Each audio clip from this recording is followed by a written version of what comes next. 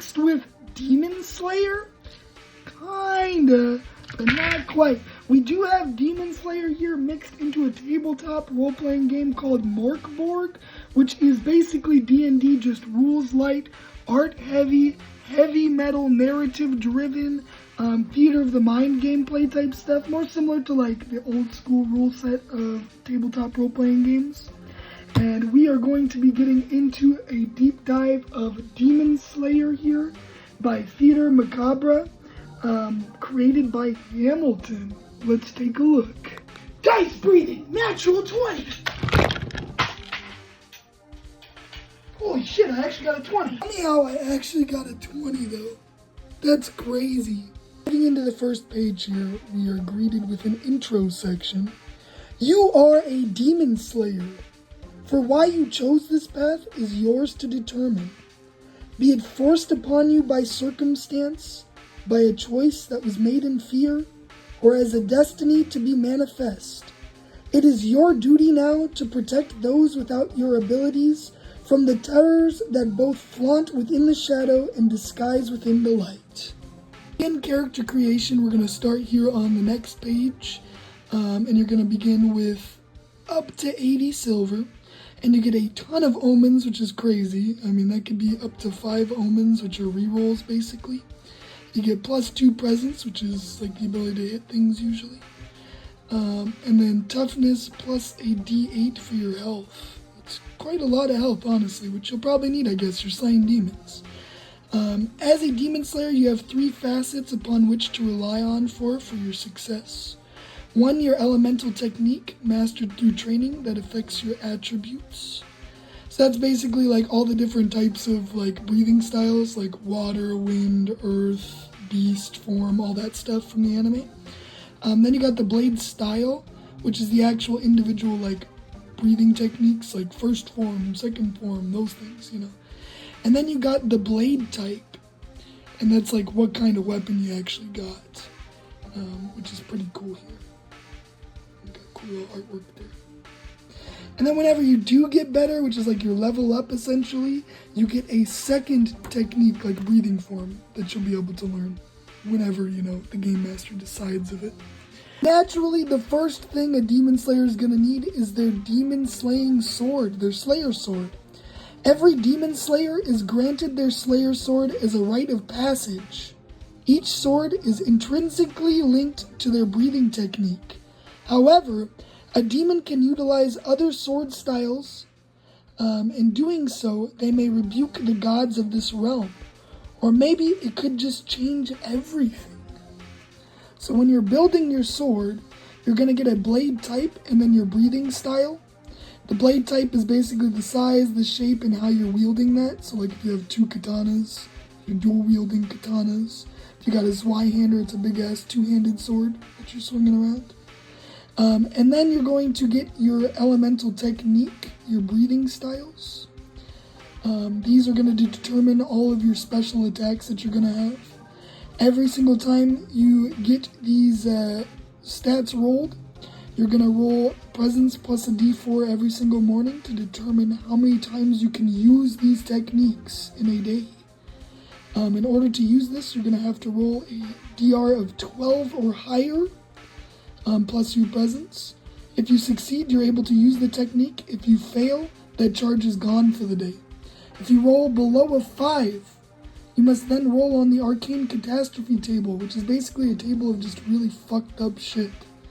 You may use another element though. So if somebody else has their sword lying around, you can straight up yoink that and use a different breathing technique if you want, if you're lucky. Or you can use your own sword and try a different breathing technique. However, you have to roll an 18 or higher on a dice, like a d20. So that's a 2 in 20 chance of succeeding. Anything below a 10 is a catastrophe table again, which is terrible. But if you succeed, you can use whatever weapon you're using, and you can use one of the abilities, which is pretty cool. You're then going to roll a d6 to determine what weapon they end up getting here. So we got a sword, a scythe, daggers and a short sword, a katana, a Zweihander, a scimitar and a sickle. Pretty badass. Let's get into this elemental techniques. This is where the real bread and butter is of these classes. Beginning with water, you are a dancer of death. With grace and precision, you flow through the battlefield. You have the ability to dodge attacks at will, plus D4 to 1 attack damage per turn. And then here are your 3 different abilities you got. Tendrils of blade sharp water flow from your sword. A cloud of luminous fog emits from your person.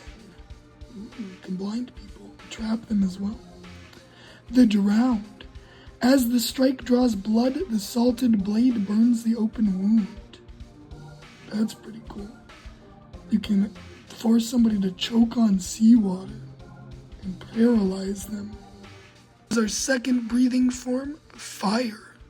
You are the flame that burns the tainted flesh of the demonic. Endless burn channels through you into your attacks. You can take a second turn every round. That's badass. Here are the blade style abilities we get. Embers of Nethrabel. Sparks rage off your tempered blade as you strike with unwitted force. Just extra damage, fuck yeah.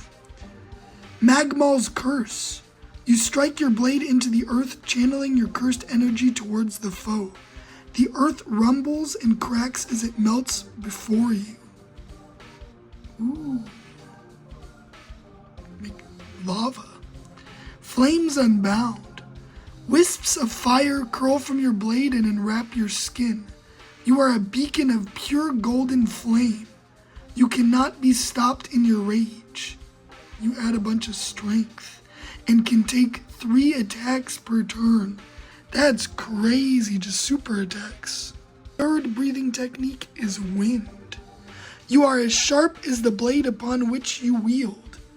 You're still and as fast as the sounds you dare not make. You can use the same attack on up to 4 creatures within melee range per turn. That's crazy. Basically 4 attacks if they're close enough. Here are your attacks that you actually get. A wheel within a wheel. Air flows from you as the locus of a storm. The trails of clouds encircle the space around you. All within 15 feet are pushed back 10 feet and knocked prone. That's pretty cool. Solid air. You can manipulate the fabric that connects you as you walk among the world invisible. You cannot be seen for up to 4 hours. That's awesome too. The breath. It was spoken once yet unheard. A breath. The beginning. Silence fills the room as words of an ancient tongue drip from your tainted song. All who can hear within 30 feet of you, including friend and foe, are racked with visions of primal chaos, a world unknown and inconceived. Visions so torturously wrought from the base energy of existence, it tears the fabric of their inner consciousness. That's crazy. And anybody that rolls a 20 just passes out as well. It's taking a bunch of damage. That's the wind stat. Fourth breathing form is storm. Distraction and confusion. You compound your energy into force and power. Your DR for attacks is only a 10. You only have to pass a DR of 10. Your ability to stealth is reduced. Add 2 to any DR for checks to hide or remain quiet. So basically, you attack easier, but you're easier to be spotted. Here are your 3 abilities. Pure Violence. The force of impact buries your blade into the heart of the creature. A charge of energy flows through the tempered steel and out into their core. The target takes an additional d6 damage. That's cool. Dang, and if you pass a DR12 presence check, it will explode, causing a bunch of damage near them. A Death from Above. Cast your blade to the sky, hear the rumble of the ancients, let their power rain down upon you. Those who seek to deter you. Choose up to 4 targets to be attacked by lightning storms from above. That's pretty cool. Sound of Vision. You hit your blade upon a wall. It rings in tune with the currents of time. You can see the paths of the future. With this, you gain the ability to see in pitch darkness for up to 4 hours, and you can tell how thick walls are and see any hidden doorways. That's a cool one. The breathing technique is stone. You are immutable, a rock against the crashing waves of endless despair, terror, and cruelty. You cannot be pushed, pulled, or knocked prone unless desired. You weigh 2 times the usual weight for your size. Here are your 3 abilities. Of the earth, you can meld into the rock of which you were born. This allows you to pass into any walls, floor, ceiling, or object made of natural materials. That's pretty cool. You can even attack from these positions and take no damage from within. From the earth, ground swells as the earth erupts around you, lifting structures from the core. You can choose up to 4 creatures and yourself to be raised upon pedestals, either calmly or not. I guess you can just crush them straight to the fucking ceiling and murder them. That's crazy. To the earth. Cast your blade upon the earth and open a portal to the darkness below. You can make a chasm of up to 30 feet cube centered anywhere within 60 feet of you. All within fall to the depth and take the relevant damage. If there is a floor below, they will fall to that. You can close the chasm as well. This one's just crazy good. The breathing form is flower. A blossom of color and beauty set against the shadow of an age. You can use your presence for physical attacks and defense. You have advantage on any verbal or non-verbal engagement to persuade, deceive, or otherwise charm. Ooh, like a trickster class. Sakura. You sing a song of delicate loss, of temporal moments hidden between those of tension. Floral figures dance upon the air like snowdrops in early winter. For all creatures within 15 feet, you can charm them potentially. That's pretty cool. Petal forms. From the ground peels delicate strands of translucent material to encase your corporeal form. You gain +2 armor for up to 4 hours. Nice. Pattern orchid. Forming at the tip of the blade, droplets of blood turn inward to form petals of a delicate structure. Pools of blood constrict into an orchid form.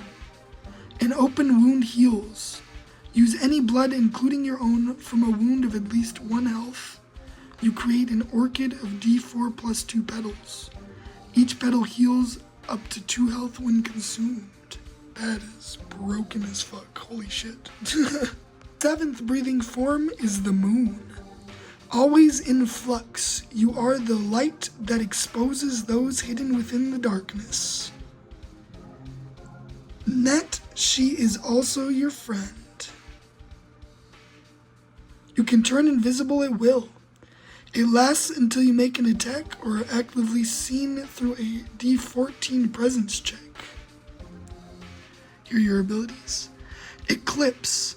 Curse the land with darkness unbound. Feast upon the light that once shone. Form the veil over one's eyes.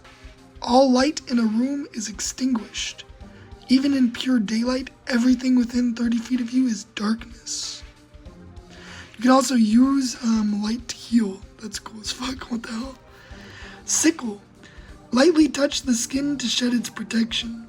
Your blade's edge sears with a light so bright that it can even hurt to witness, lasting up to 4 hours. You get up to 4 charges to either force any creature who looks at you to take 2 damage and blind them for up to 4 turns, or you can hit them with this blade to deal double damage. Blood. The ceiling fills with clouds of darkness amongst which a blood-red moon floats. Any who witness this make a presence check to inflict wounds that will either form on their skin as blood seeps from every pore. They take up to 10 damage for 2 rounds. If they die, they pool on the floor as a puddle of blood. If you store this blood, you can take it to a hematologist to form rat. bound to your will. Ooh. Final class, the 8th class, or Demon Slayer breathing form, is Beast form. You have become the monster that hunts the monstrous, the beast that stalks those that prey upon the land. Unarmed strikes are now D6 damage. Choose a single bestial form per day or stick with the choice from the following page permanently. Wolfen. 2 attacks of unarmed strikes per turn, or 1 in addition to any other melee attack. Transform into lichen only. Ursel. You grapple all 4s with up to 10 strength save. They must succeed a DR 14 to escape. You can then crush them for up to 6 damage per turn. Transform into Kodiaks only. Leonin. You can now jump 2 times your own height and take no fall damage from any fall unless unconscious, or stunned. Transform into Pantera only.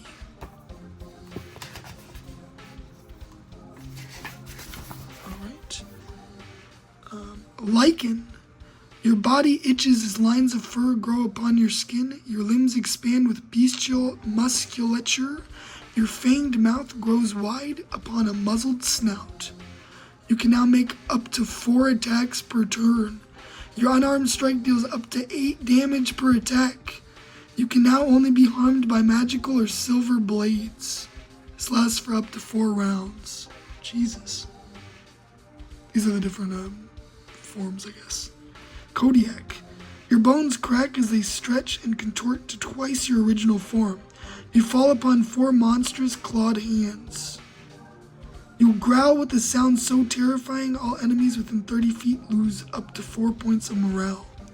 You can use your bestial might to crush an opponent, dealing 10 health damage, no roll required. You can also throw opponents for up to 15 feet with a DR 12 strength check. You take only 1 HP of damage from any attack no matter what. This lasts for up to 4 rolls. That's crazy. Pantera. Your skin turns into a silken deep purple. Fangs grow long as you fall to the ground. Clawed paws and feline form emerges. You can leap up to 30 feet in any direction once per turn, in an instant as if you teleported, after which you can then take any further movement as you normally would. Your unarmed strike now deals 2d6 damage. In shadow or darkness, you are invisible and gain advantage on all attacks. You make no sounds when moving or attacking, and you cannot be surprised in this form. This lasts for up to 4 turns. And that was the zine Demon Slayer, made by Hamilton from Theater Macabre. I highly recommend this one. For $13, a little bit over $13, you can't go wrong with a cool-ass zine. This has 8 different, classes, essentially. I know it's 1 class, but there's 8 different breathing forms that change it up pretty significantly. And it is pretty cool, honestly. The only things I would say I would change if I was making any changes would be I would balance the classes a little bit better, maybe add a one-shot to this actual magazine. I know that they have a one-shot on their itch.io page, which I will link in the description here of the video. But I would maybe add one to it, and then also I might add a couple demons or like a demon generator, so people can just straight up go and slay some demons. If you are going to play this, I would recommend balancing it by adding extra enemies when you fight things, just so that it's a little bit of a challenge, because you get a bunch of rerolls with these classes. The classes are kind of overpowered, but it does seem really, really fun. Overall, I'm going to have to give Demon Slayer a 7 out of 10. I would say this is a good, solid 7 out of 10. Awesome class designs, great artwork. For $13, you can't beat it. It's a fucking steal of a deal. Check them out on their Etsy and on their itch.io page.